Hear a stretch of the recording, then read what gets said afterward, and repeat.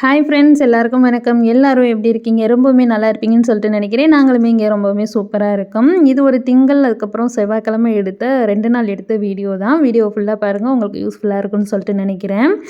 பார்த்தீங்கன்னா, பிள்ளைங்க வந்து காலைல ஒரு 8 மணி போலயே ஸ்கூலுக்கு வந்து கிளம்பிட்டாங்க. காலையில் வந்து அவங்களுக்கு சப்பாத்தி, அதுக்கப்புறம் வந்து மசாலா குருமா அந்த மாதிரிலாம் வச்சு பேக் பண்ணி கொடுத்தாச்சு. லஞ்ச் தாங்க ப்ரிப்பேர் பண்ணிக்கிட்டு இருந்தேன். என்னென்னு பார்த்தீங்கன்னா, சிக்கன் வந்து கிரில் பண்ணிக்கிட்டு இருந்தேன். எதனால் திங்கக்கிழமையே சிக்கன் பார்த்தீங்கன்னா, ஞாயிற்றுக்கிழமை நாங்கள் சாப்பிடல. ஸோ அதனால் கிரேவிங்ஸாக இருந்துச்சு. ஸோ அதனால் வந்து சிக்கனுமே வந்து கிரில் பண்ணிவிட்டு நாள் வச்சுருந்த சாம்பார் இருந்துச்சு. சாம்பார் கூட வந்து தக்காளி சாதமே வந்து ரெடி பண்ணியாச்சு. தக்காளி சாதம் இருந்தால் சாம்பாருமே காலியாயிரும்ல. அதனால் அந்த மாதிரி தான் நான் பிளான் பண்ணிக்கிட்டேன். ஸோ சமைச்சிக்கிட்டே சில விஷயங்கள் வந்து உங்கள்கிட்ட பேசலாம். என்னென்னு பார்த்தீங்கன்னா, இன்ஸ்டாகிராமில் ஒரு பொண்ணு வந்து மெசேஜ் பண்ணியிருந்தாங்க. என்னென்னு பார்த்தீங்கன்னா, அவங்களுக்கு வந்து ஆரம்பத்தில் வந்து சின்ன சின்ன பிரச்சனைகள் தான் வந்துகிட்டு இருந்துச்சு. ஹஸ்பண்ட் அண்ட் ஒய்ஃபுக்குள்ளே சண்டைகள் சிறுசாக தான் இருந்துச்சு. அதுக்கப்புறம் ரொம்ப சண்டையாக வருது, மன வருத்தமாக இருக்குன்னு சொல்லிட்டு அவங்க அம்மா வீட்டுக்கு அடிக்கடி வந்துட்டு போயிருக்காங்க. இப்போ பார்த்தீங்கன்னா, இப்போ அவங்க ஹஸ்பண்டோடு தான் இருக்காங்க. கடைசியில் பார்த்தீங்கன்னா, இப்போ வந்து சண்டைகள் அதிகமாயிட்டு அவங்க ஹஸ்பண்ட் வந்து கடைசியில் என்ன சொல்லியிருக்காங்கன்னா, டைவர்ஸ் பண்ணிக்கலாம் அப்படின்ற மாதிரி சொல்லிட்டாங்க. அப்படின்ற மாதிரி ரொம்ப ஃபீல் பண்ணி அந்த சிஸ்டர் சொல்லியிருந்தாங்க. இது எதனாலேன்னு பார்த்தீங்கன்னா, அவங்ககிட்ட ஃபுல்லாக பேசினதுக்கப்புறம் தான் தெரியுது. ஃபஸ்ட்டு சின்ன சின்ன சண்டைகள் வரும்போது அவங்களுக்குள்ளேயே தீர்த்துருக்காங்க. அதுக்கப்புறம் காலப்போக்கில் பார்த்தீங்கன்னா, வீட்டில் வந்து அவங்களுடைய அம்மா, அதுக்கப்புறம் அவங்களுடைய அக்காட்ட சொல்லியிருக்காங்க. அந்த பொண்ணோட அம்மாட்டையும் அவங்களுடைய அக்காட்டையும் சொல்லியிருக்காங்க. அவங்க என்ன சொல்லியிருக்காங்கன்னா, எக்ஸ்ட்ரா வந்து என்ன அவங்க குடும்பம் தான் இந்த மாதிரியா, நம்மளாம் அவங்கள காட்டிலும் பேசுவங்க தானே அப்படின்ற மாதிரி பிரச்சனையை தீர்க்கிறதுக்கான வழி பண்ணாமல் மேலும் பிரச்சனையை உண்டாக்குறதுக்கான சொல்யூஷன் தான் சொல்லியிருக்காங்க. ஸோ சிஸ்டரும் வந்து அவங்க சொல்கிறத கேட்டுட்டு ஹஸ்பண்ட் கூட அதிகமாக சண்டைகள் வந்துடுச்சு. கடைசியில் இந்த நிலைமை ஆயிடுச்சு. அவங்களுக்கு பார்த்திங்கன்னா 2 குழந்தைங்கள் கூட இருக்காங்க. குழந்தைங்க ரொம்ப ஃபீல் பண்ணுறாங்க. பிள்ளைங்களுக்கு விவரமே தெரிய ஆரம்பிச்சிருச்சு. நான் செஞ்ச தப்புன்னு சொல்லிட்டு இப்போ தான் எனக்கு புரியுது அப்படின்ற மாதிரி ரொம்ப ஃபீல் பண்ணி சொல்லியிருந்தாங்க. அவங்களுக்கு என்ன சொல்யூஷன் பார்த்திங்கன்னா, கண்டிப்பாக வந்து அவங்க அம்மா அப்பாட்ட சொல்கிறத ஃபஸ்ட்டு வந்து அவங்க கம்ப்ளீட்டாக வந்து நிப்பாட்டிடணும். என்ன ஒரு பிரச்சனையாக இருந்தாலும் ஹஸ்பண்ட் அண்ட் ஒய்ஃப் அவங்களுக்குள்ளேயே தீர்த்துக்கிறதான் பார்க்கணுங்க. எக்காரணத்தை கொண்டு 3வது மனுஷங்களை வந்து விடவே கூடாது. அவங்க வந்து நம்மளுக்கு இருக்க சின்ன பாலத்தை பெரிய பாலமாக ஆக்கிட்டுருவாங்கங்க. எவ்வளோதான் பிரச்சனைகள் வந்தாலுமே ஒரு 2 மணி நேரம் அல்லது ஒரு நாளுக்குள்ளே அந்த பிரச்சனையை வந்து சரி பண்ண பாருங்கள். நான் சொல்கிறது வந்து ஹஸ்பண்ட் அண்ட் ஒய்ஃப்குள்ளே வர சண்டைகளை பற்றி தான் சொல்கிறேன். அந்த ஈகோ, நீ வந்து பேசுவியா, நான் வந்து பேசுவியான்னு நிறைய பேத்துக்கு பார்த்திங்கன்னா அந்த ஈகோ இருக்கும். ஈகோனால தான் பார்த்திங்கன்னா நிறைய பிரச்சனைகளே வருது. பிரச்சனைகள் வந்து பெருசுமே ஆகுறது. ஸோ வந்து ஈகோவை வந்து கம்ப்ளீட்டாக விட்டு கொடுத்துருங்க. நீங்களே போய் வாண்டடாக வந்து உங்கள் ஹஸ்பண்ட்டை வந்து பேசிக்கலாம். வீட்டுக்கு வீடு வாசப்படின்ற மாதிரி எல்லார் வீட்லேயும் பிரச்சனைகள் இருக்க தாங்க செய்யுது. சண்டைகள் வரதான் செய்யுது. யார் வீட்டில் ஹஸ்பண்ட் அண்ட் ஒய்ஃபில் சண்டை இல்லைன்னு நினைக்கிறீங்க? எல்லார் வீட்லேயுமே இருக்கும். அது சரி பண்ணுறது நம்ம கையில் தான் இருக்குது. ஒரு ஃபேமிலியை ஸ்மூத்தாக ரன் பண்ணணும்னா கண்டிப்பாக வந்து இந்த மாதிரி விஷயத்தெல்லாம் நம்ம தாண்டி வந்தால் தான் ஆகணும். நீ பெருசா, நான் பெருசா, உன் குடும்பம் பெருசா, என் குடும்பம் பெருசான்ட்டு சண்டை போடுறத விட அதை எப்படி சால்வ் பண்ணுறதுன்னு சொல்லிட்டு யோசிச்சு பாருங்கள். மெயினாக வந்து உங்கள் வீட்டு சைடோ அல்லது வந்து ஹஸ்பண்ட் சைடோ, மாமனார், மாமியார், நாத்தனார், அக்கா, தங்கச்சி, அம்மா, அப்பா யாரும் வந்து உங்களுடைய பிரச்சனைக்குள்ளே 3வது மனுஷங்கள் யாருமே உள்ளே வராத அளவுக்கு பார்த்துக்கோங்க. நீங்களே உங்களுடைய சண்டைகளை வந்து சால்வ் பண்ண கண்டிப்பாக வந்து ட்ரை பண்ணுங்கள். சுமூகமான லைஃப்பை ரன் பண்ண பாருங்கள். இந்த குழந்தைங்க உள்ள பேரண்ட்ஸ் நிறைய பண்ணுற தப்பு என்னன்னு தெரியுமாங்க? இந்த ஸ்கூல் விட்டு வர்ற குழந்தைங்க அதனால் நிறைய அஃபெக்ட் ஆகுறாங்க. 2 விதமாக இருக்காங்க. ஒரு சில வீடுகளில் வந்து அம்மா, அப்பா 2 பேருமே கண்டிப்பாக வந்து வேலைக்கு போகிற மாதிரி இருக்கும். ஸோ அதை வந்து நம்ம எதுவுமே பண்ண முடியாது. அப்படி இருக்கிறவங்க வந்து குழந்தைங்க வந்து ஸ்கூலுக்கு போயிட்டு வீட்டுக்கு வரையில் அது ரொம்ப சின்ன குழந்தைங்களா இருக்காது. அவங்க ஸ்கூலில் என்ன நடந்துச்சு, என்ன படித்தாங்க, ஏதாவது நான் ஷேர் பண்ணுறதுக்கு ஆளே இருக்க மாட்டாங்க. அந்த கேட்டகிரி ஒன்று இருப்பாங்க. ஸோ அதை வந்து நம்ம எதுவும் பண்ண முடியாது. இன்னொன்று இருப்பாங்க, குழந்தைய பார்த்துக்கிறக்காகவே வந்து ஒய்ஃப் வந்து வீட்டில் எல்லா வேலையுமே வந்து ஹேண்டில் பண்ணிட்டு இருப்பாங்க. பட் வந்து இருந்துமே வந்து நோ யூஸ் அப்படின்ற மாதிரி தான் இருப்பாங்க. எதனாலேன்னு பார்த்தீங்கன்னா, அந்த குழந்தைங்க ஸ்கூல் விட்டு வந்தாலுமே இவங்க வந்து பல பிரச்சனைகளை பேசுகிறது, வீட்டு பிரச்சனையை பேசுகிறது. இந்த கமிட்மெண்ட்ஸ் இருக்குது, அது இருக்குது, என் ஹஸ்பண்ட் இதை பண்ணுறாங்க, அதை பண்ணுறான்னு வீட்டுக்காரோட கத்திக்கிட்டு சண்டை போடுறது இந்த மாதிரி பண்ணுறது.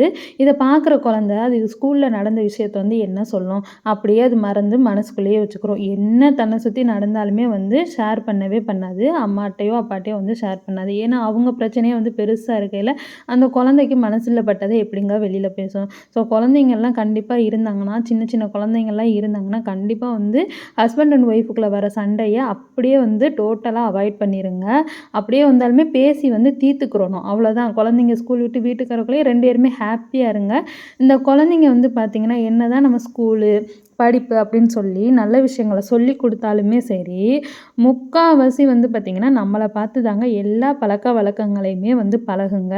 ஸோ வந்து நம்ம அந்த குழந்தைங்க முன்னாடி எந்த அளவுக்கு நடந்துக்கிறோமோ அதை பொறுத்து தான் அந்த குழந்தையுமே வந்து பிஹேவ் பண்ணும்.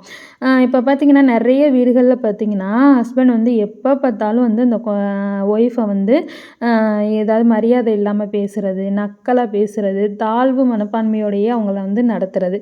இந்த மாதிரி வந்து பார்த்திங்கன்னா நிறைய ஹஸ்பண்ட் வந்து ட்ரீட் பண்ணுவாங்க. உன்னால் இது பண்ண முடியாது, நீ இப்படி இருக்க, உன் ஃபேமிலி அந்த மாதிரி, இந்த மாதிரி சொல்லி சொல்லி சொல்லி சொல்லி அவங்கள வந்து அந்த வீட்டில் வந்து ஒரு மட்டமான நிலையிலேயே வந்து அந்த ஹஸ்பண்ட் வந்து கொண்டு போய்கிட்டே இருப்பாங்க. ஸோ அதை பார்க்குற குழந்தை என்ன பண்ணும், அம்மாவை வந்து மதிக்கவே மதிக்காது. அதுக்கப்புறம் அது வளர்ந்து வளர்ந்து அதோட ஒய்ஃபையுமே அந்த மாதிரி தான் பண்ணும்.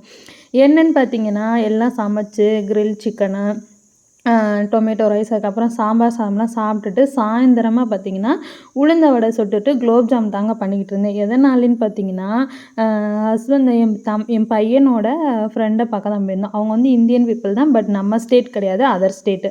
ஸோ அதனால் உளுந்த வடை, குலோப்ஜாம், கொஞ்சம் ஃப்ரூட்ஸ் இதெல்லாம் எடுத்துகிட்டு போயிருந்தோம். அவங்க வீட்லேயும் குழந்தைங்க இருக்காங்க. தமிழ் ஃபேமிலி கிடையாது, அதர் ஸ்டேட்டில் உள்ளவங்க. இருந்தாலும் பையன் கூப்பிட்டான்னு சொல்லிட்டு போயிருந்தவங்க. அவனுக்கு அவ்வளோ ஒரு ஹாப்பி, அவன் ஃப்ரெண்டு வீட்டை பார்க்க போகிறோன்னு சொல்லிட்டு. ஸோ அங்கே தான் கிளம்பிக்கிட்டு இருந்தோம்.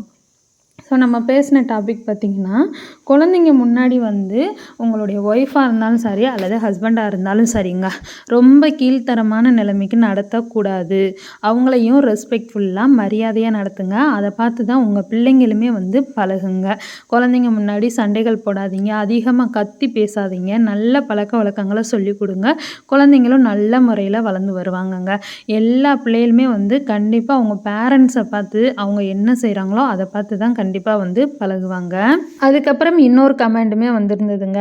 அவங்க வந்து அந்த பொண்ணு அந்த குடும்பம் வந்து ஒரு என்ன செய்கிறது, ஒரு ஸ்ட்ரீட்டில் இருந்திருக்காங்க. இங்கே அக்கம் பக்கத்தில் வந்து நிறைய வீடு இருக்குது. அந்த ஸ்ட்ரீட்டில் உள்ள பொண்ணுங்கள்லாம் பார்த்திங்கன்னா வந்து வேலைக்கு எதுவும் போகல, எப்போ பார்த்தாலும் கூட்டமாக தான் உட்காந்து பேசிக்கிட்டே இருப்பாங்க அப்படின்ற மாதிரி அந்த பொண்ணு சொன்னாங்க. நான் வந்து அவங்களோட அவ்வளோவா வந்து பேச மாட்டேன், சேர மாட்டேன். அவங்க வந்து டெய்லரிங் வேலையும் கூட தான் பார்த்துக்கிட்டு இருக்காங்களா. ஸோ எனக்கு வந்து என்னோடய வேலைகளே வந்து கரெக்டாக இருக்கும். ஆனால் நான் போகும்போது வரும்போது என்னை பற்றி ஏதாவது பேசுகிற மாதிரியே எனக்கு வந்து தெரியுது. என்னை பார்த்துக்கிட்டே பேசுவாங்க. நான் வரும்போது அங்கே வந்து அவங்க அந்த பேச்சை வந்து ஸ்டாப் பண்ணிடுவாங்க அப்படின்ற மாதிரி அந்த பொண்ணு வந்து எனக்கு வந்து கமெண்ட் பண்ணியிருந்தாங்க. அது பார்க்கையில எனக்கு ரொம்பவுமே கஷ்டமாக இருக்குது அப்படின்ற மாதிரி சொல்லியிருந்தாங்க. அவங்க வந்து நம்மளை பற்றி பேசாமல் கூட இருக்கலாம், நம்மளுடைய கற்பனையாக கூட இருக்கலாம். நம்ம அவங்கள பற்றி பேசுகிறாங்களோ அப்படின்ற மாதிரி கூட நம்மளுக்கு தோணலாம். ஸோ இருந்தாலுமே அவங்க அப்படியே நம்மளை பற்றி பேசினா நம்மளுக்கு என்னங்க, நம்மளுக்கு எதிர்த்தாப்புல நேராக நின்று பேச தைரியம் இல்லாத காரணத்தினால தான் நம்மளுடைய முதுகுக்கு பின்னால் பேசுகிறாங்க. பேசுனா பேசிட்டு போட்டுமே. இப்போ ஒருத்தவங்க வந்து நம்மளை பற்றி பேசுகிறாங்கன்னா கண்டிப்பாக வந்து அவங்கள விட ஒரு படி நம்ம முன்னாடி இருக்கோன்னு தான் அர்த்தம். இல்லைன்னா வந்து அவங்களுக்கு வந்து அவங்கள விட நீங்கள் கீழே இருந்தீங்கன்னா அதையும் பேசுவாங்க, பேசாமல் இல்லை, அதையும் வந்து பேசுவாங்க. அப்போனா வந்து நம்மகிட்ட வந்து நேர்லேயே சொல்லிடுவாங்க, இப்போ எப்படியா இவள்கிட்ட ஒன்றுமே இல்லையான்னு. பட் அவங்களோட நீங்கள் ஒரு படி முன்னாடி உள்ளனால தான் அவங்க வந்து உங்களை பேசுகிறாங்க. ஸோ இருக்கிறதுலையே வந்து ஒரு மிகப்பெரிய ஒரு கர்மானா வந்து அடுத்தவங்களை பற்றி புரணி பேசுகிறது. பேசுனா பேசிட்டு போட்டோம், அது வந்து சல்லி பைசாவுக்கு கூட யூஸே இல்லைங்க, பிரயோஜனமே இல்லை. அவங்க பாட்டில் பேசிக்கிட்டே போகும், நம்ம வந்து அந்த இடத்துல வந்து நிற்காமல் இருந்தாலும். ஸோ நல்ல ஒரு ஹேபிட் உங்கள்கிட்ட இருக்குது. கண்டிப்பாக வந்து நீங்கள் உங்கள் வேலையை பார்த்துக்கிட்டே இருங்க. அவங்க பேசுகிறவங்க பேசிக்கிட்டே இருக்கட்டும், நீங்கள் உங்கள் வாழ்க்கையை பார்த்து முன்னேறி போய்கிட்டே இருக்கீங்க. ஸோ அதுதானே கரெக்டு. நீங்கள் வந்து அவங்கள பற்றி ஃபீல் பண்ணாமல் நீ அந்த இடத்துலையே தான் நிற்கிற, உன்னை விட நான் பல வழியில் வந்து முன்னேறி போய்கிட்டே இருக்கேன் அப்படின்ட்டு நீங்களாம் வந்து நினச்சிட்டு தாங்க நீங்கள் அந்த இடத்த விட்டு மூவ் ஆன் பண்ணிக்கிட்டே போகணும். இதுதான் கரெக்டும் கூட. அதுக்கப்புறம் பார்த்திங்கன்னா அந்த மாதிரி இடத்துல பேசாத பெண்கள் பரவாயில்ல. சில பேர் அங்கேயுமே தாங்க உட்காந்து போய் பேசிட்டு 4-5 பெண்களாக சேர்ந்து உட்காந்து இந்த மாதிரி அடுத்த வீட்டு புறணி கதையே பேச பேச பேச நீங்கள் அந்த இடத்த விட்டு எந்திரிச்சு வந்ததுக்கப்புறம் திருப்பி அவங்க வந்து உங்களை பற்றி பேச மாட்டாங்கன்னு என்ன நிச்சயம் இருக்கும். நிறைய பெண்கள் வந்து இந்த மாதிரி தான் பண்ணிக்கிட்டு இருப்பாங்க. அடுத்த வீட்டில் என்ன நடக்குது, ஏது நடக்குது, அவங்க வீட்டுக்கார் எங்கள் பிள்ளைங்க என்ன செய்துக ஏது செய்துகன்ட்டே நோட்டம் விட்டுக்கிட்டே இருப்பாங்க. நிறைய இடங்கள்ல இந்த மாதிரி தான் நடந்துக்கிட்டு இருக்கு. ஸோ அந்த மாதிரி இடங்கள்ல தயவு செஞ்சு போய் உட்காரவே உட்காராதீங்கங்க. அந்த இடத்த விட்டு நீங்கள் கொஞ்சம் நகர்ந்து போயிட்டு அதுக்கப்புறம் உங்களை பற்றி பேச ஆரம்பிச்சுருவாங்க. அதில் வந்து எந்த ஒரு மாற்று கருத்துமே இருக்கவே இருக்காது. ஸோ அந்த மாதிரி இடங்கள்ல வந்து உட்காராதீங்க. அதுக்கு பதிலாக வந்து யூஸ்ஃபுல்லாக ஏதாவது நம்ம வாழ்க்கைக்கு முன்னேற்றத்திற்கான ஒரு வழியை பாருங்கள். இந்த மாதிரி ஆள்களையும் நான்கெல்லாம் பார்த்தாச்சு. அப்படியே உட்காந்து பேசிக்கிட்டே இருக்க இருக்க உன் ஃபேமிலியும் உன்னோட சுச்சுவேஷனும் வந்து கீழே டவுன் ஆகிக்கிட்டே இருக்குன்னு தான் அர்த்தம். எந்த விஷயமா இருந்தாலும் நெகட்டிவாக தாங்க நடக்கும். அப்படி பேசுகிறவங்க லைஃப்பை வேணால் போய் பாருங்களேன். அப்படியே பேசிகிட்டே வந்து என்னுடைய எல்லா வேலைகளுமே வந்து முடிச்சாச்சுங்க. காலையில் பிள்ளைங்க பரபரப்பாக கிளம்பி போகிறனால என்னால் எந்த வேலையுமே பார்க்க முடியாது. ஸோ அவங்கள ஸ்கூலில் விட்டுட்டு வந்துட்டு தான் என்னுடைய எல்லா வேலையுமே இருக்கும். இந்த டேபிள் வந்து பார்த்திங்கன்னா அவங்க ஸ்கூலுக்கு போகும்போது அவ்வளோ ஒரு மோசமாக இருக்கும். ஸோ அவங்க போனதுக்கப்புறம் தான் வந்து க்ளீன் பண்ணுறது. இங்கே வந்து வந்து அதிகமாக இருக்கும். நம்ம டெய்லி லிக்விட் வச்சு க்ளீன் பண்ணால் தான் வந்து இந்த ஈயெல்லாம் வந்து உட்காராமவே இருக்கும். இங்கே வந்து பெல்ஜியத்தில் பார்த்திங்கன்னா நல்ல குளிரில் வந்து ஸ்டார்ட் ஆயிடுச்சுங்க. ஸோ வந்து எல்லா டோரையுமே வந்து க்ளோஸ் பண்ணியிருந்தா தான் நம்ம வீட்டிலேயே இருக்க மாதிரியே இருக்கும். அந்த அளவுக்கு குளிர் அடிக்க ஆரம்பிச்சிருச்சு. வாங்கிட்டு வந்த ஃப்ரூட்ஸ்லாம் பார்த்திங்கன்னா அப்படி அப்படியே இருந்துச்சு. ஸோ அதையுமே நான் அந்தந்த பேஸ்கெட்டில் வந்து எடுத்து வைக்க ஆரம்பிச்சிட்டேன். அவ்வளோதாங்க. இந்த வீடியோ உங்களுக்கு ரொம்பவே யூஸ்ஃபுல்லாக இருந்திருக்கும்னு சொல்லிட்டு நினைக்கிறேன். பிடிச்சிருந்தா லைக் பண்ணிக்கோங்க. உங்கள் ஃப்ரெண்ட்ஸ் அண்ட் ஃபேமிலிக்கெலாம் ஷேர் பண்ணிக்கோங்க. நீங்கள் கொடுக்குற லைக் எனக்கு ரொம்பவுமே மோட்டிவேஷனலாக இருக்கும். தேங்க்யூ.